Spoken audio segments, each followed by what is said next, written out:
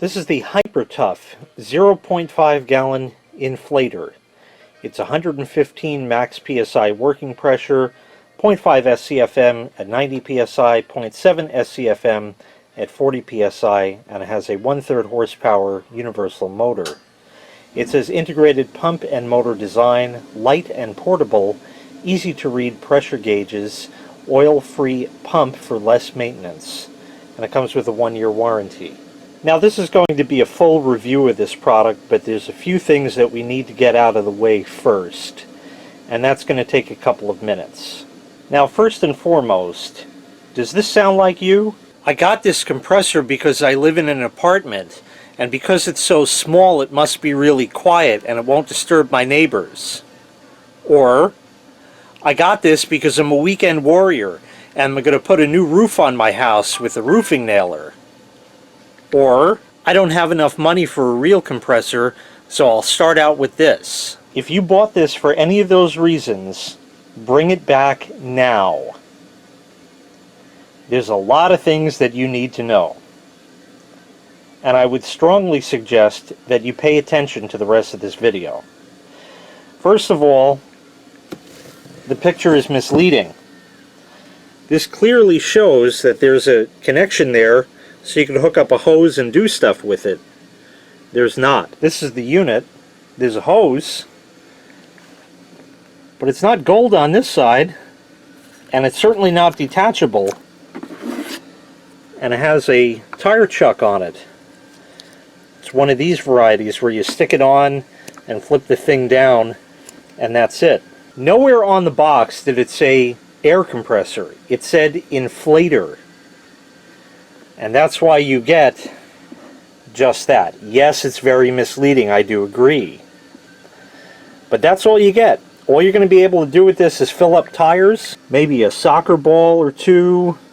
There's a little plastic jet nozzle. That's about it. Fortunately though, this is a standard connection over here, which you can open up and put what the box shows. This isn't going to break the bank on you. This was only a couple of dollars. I got this one at Harbor Freight. You can find them at Lowe's, Home Depot, Menards, Ace Hardware, any of those big box stores. Even Walmart will probably sell them as well, which is actually where I picked this unit up. Not all things on the box are incorrect. It is certainly small. It's lightweight. You can see part of the tank right there. And on the other side, there's a cord wrap on the back. ASME safety valve, you have your tank pressure gauge, your outlet pressure gauge, a regulator here, and an on-off switch. The manual is filled with pages after pages after pages of safety rules and warnings and don't do this and don't do that and all that, and there's virtually nothing more than these 2 pages and this one that tell you anything. There's an important, crucial step that is left out of this manual, and that's to have a break-in period on this unit. This is an oil-less compressor. It said oil-free pump design for less maintenance. Well, yeah, it's less maintenance, and it's certainly easier to handle than an oil-lubricated compressor. And the way they do this is they use, in the cylinder that's in there, this is basically just like a car engine. There's cylinders that go up and down in your car as the gasoline explodes, and that needs to be lubricated with engine oil. Well, with this, the cylinder walls are made out of a sintered material. Sintered means they take a bunch of metal filings and compress them together under very, very high pressure with lubricant, and the lubricant is impregnated into that sintered item. And that makes it oil-free, or no maintenance. But eventually, that's going to wear out, and this will find a nice new home in the nearest landfill. Now, if you bought this for the very occasional use of maybe filling up a bicycle tire, or maybe you have a snowblower with pneumatic wheels on it that need to be filled up, even a car tire, you can certainly use it for that, and I'm sure it will last you many years of trouble-free service.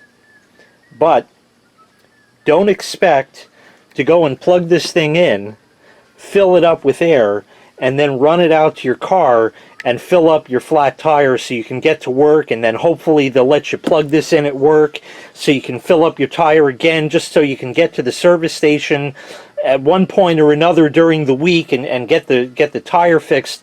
It's not going to happen.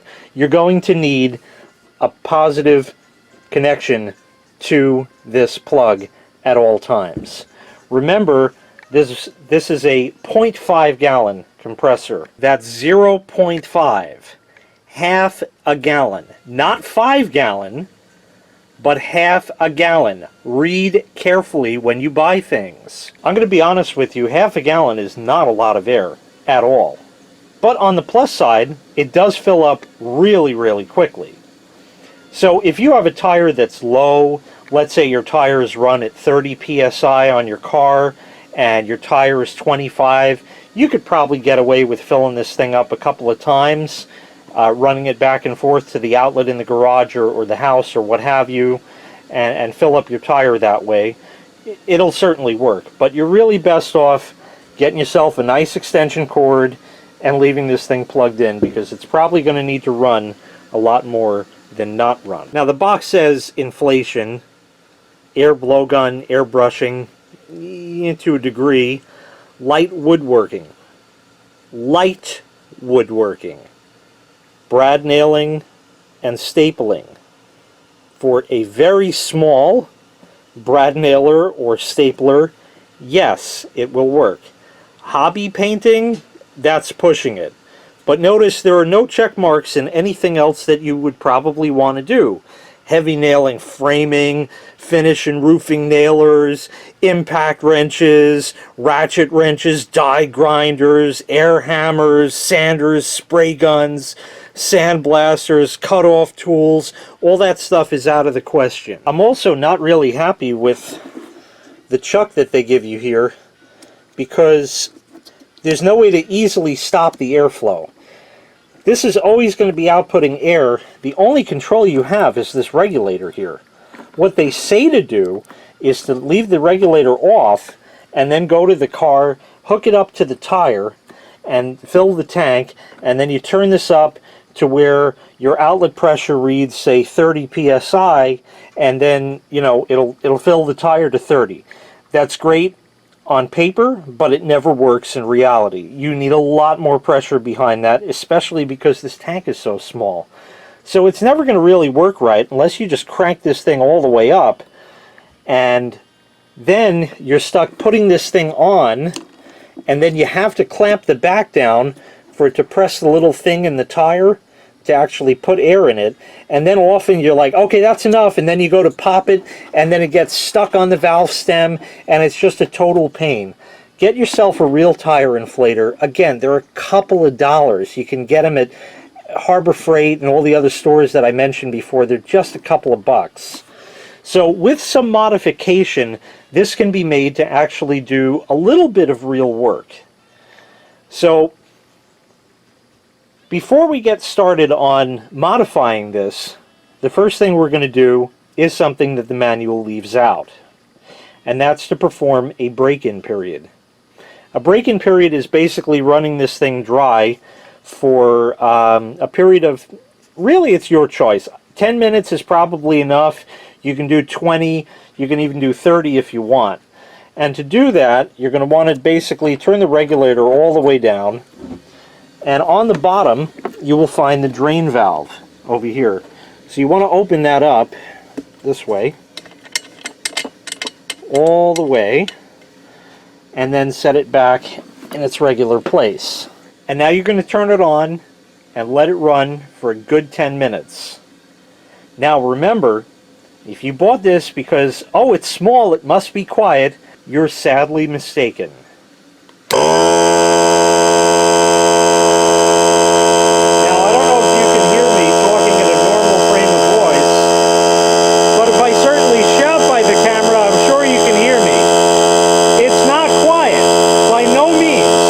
Nowhere on the box does it say quiet. It doesn't say it on any side of the box, anywhere you look. Air compressors are noisy. It's that simple. So to perform the break-in period with that valve open, turn it on and let it run for 10 minutes. Air is going to be expelled from the drain valve there. So we're going to turn this on and leave it for 10 minutes.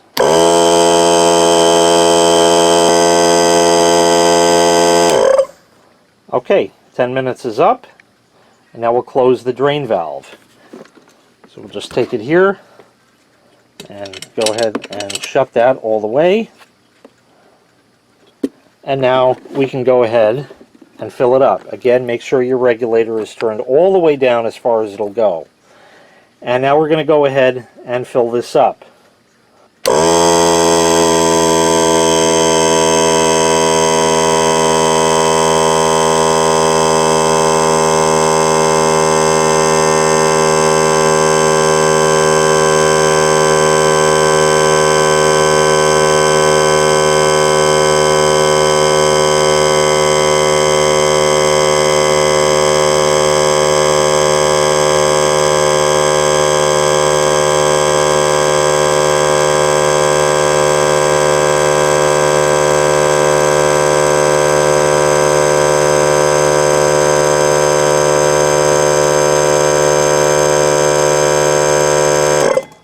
That was 43 seconds.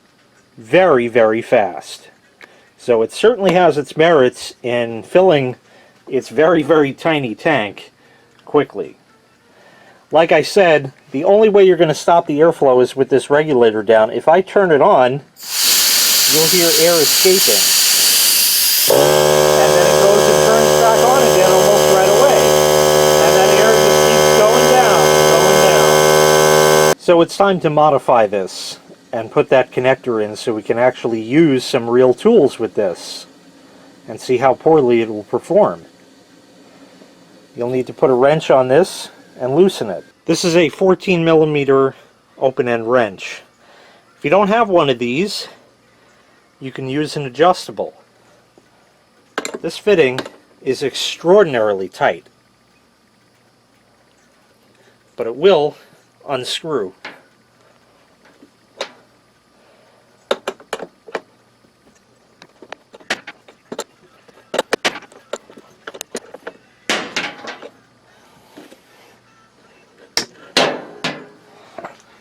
And now your hose is out.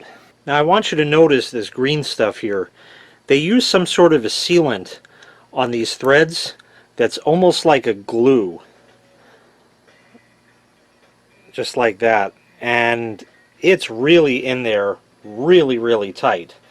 In fact, it's in there so tight that I actually buggered it up a little bit, even using the right size wrench on there.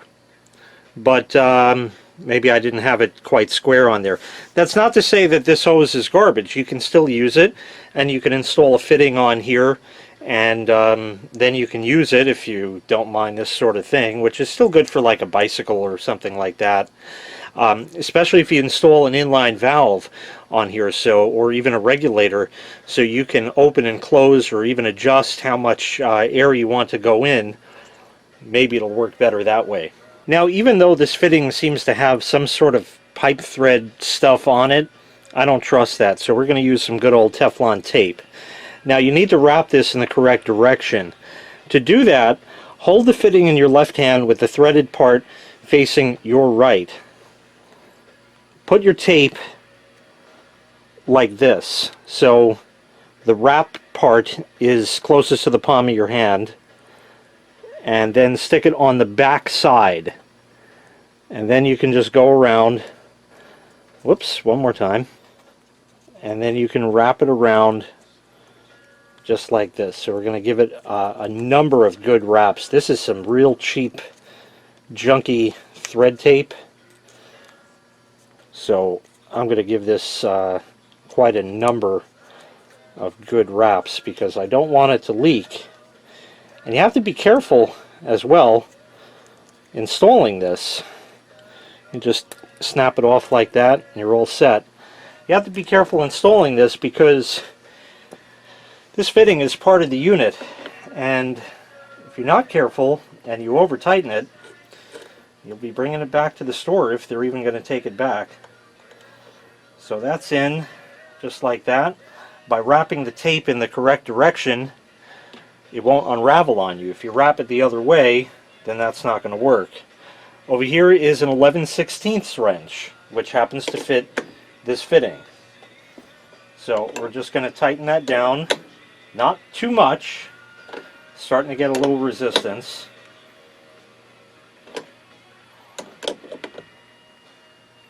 That seems about good for now. I really don't want to over tighten it because, again, you can crack that fitting.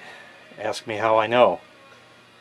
Anyway, we're all set. Let me just apply some power and we'll charge it up and see if it will indeed hold pressure without leaking. I have the regulator all the way open, so here we go.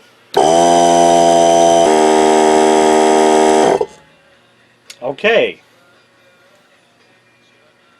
Sure doesn't sound like it's leaking, so that's a good thing.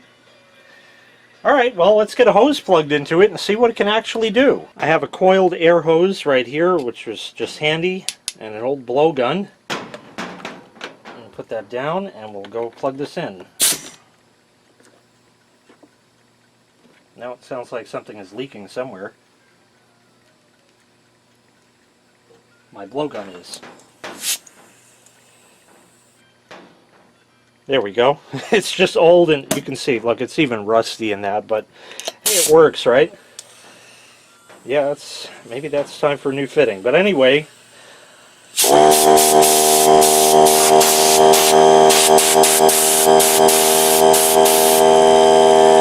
certainly reasonable airflow, and like I said, it does fill up rather quickly, so I think using a blowgun wouldn't be a bad thing. Let's just let it refill for a moment, and then we'll blast it again. Cut-in pressure is about 85 psi, so like I said, if you have a tool set at 90, this thing is going to run pretty much incessantly. It does not have a lot of capacity at only a half gallon.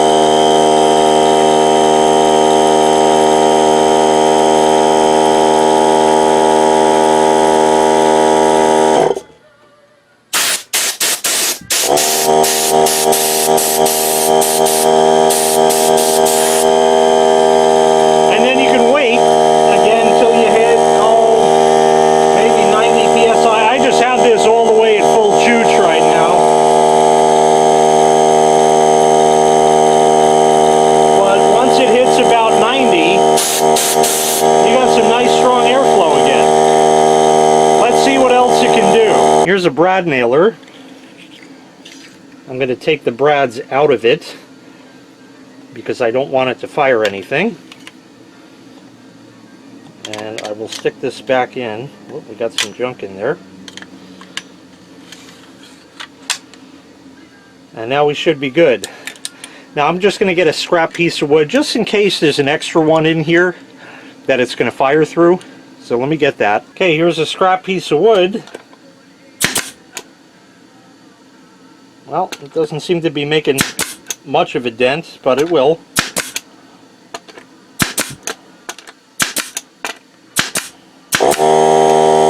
So you see we got about 6 or 7 shots in before the compressor had to fire up again. Let's let it refill and we'll test it one more time.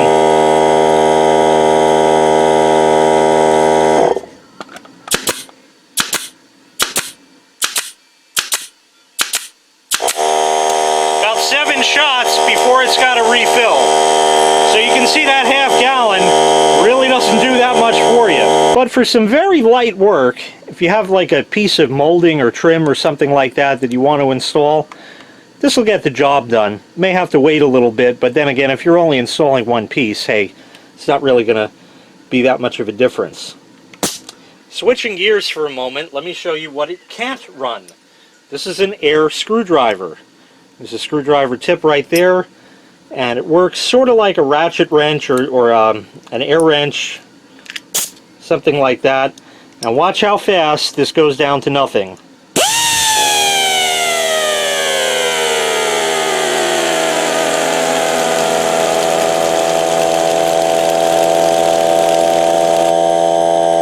Let's hit that one more time, but I want you to realize that pretty much this might be able to drive one screw, and then it's going to be dead in the water, because as it's slowed down to nothing, I could probably stop it with my hands.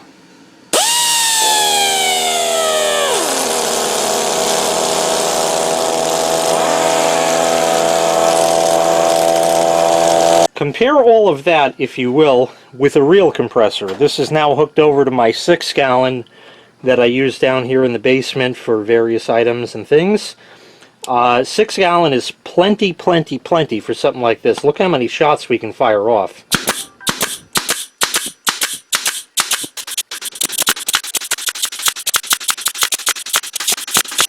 It still goes. And the compressor hasn't even turned on yet. So you can see what a lot more air can actually do for you. That compressor hasn't turned back on yet, and that should give you an indication, as well as this, that this is really meant for very light duty work. Here we go with this.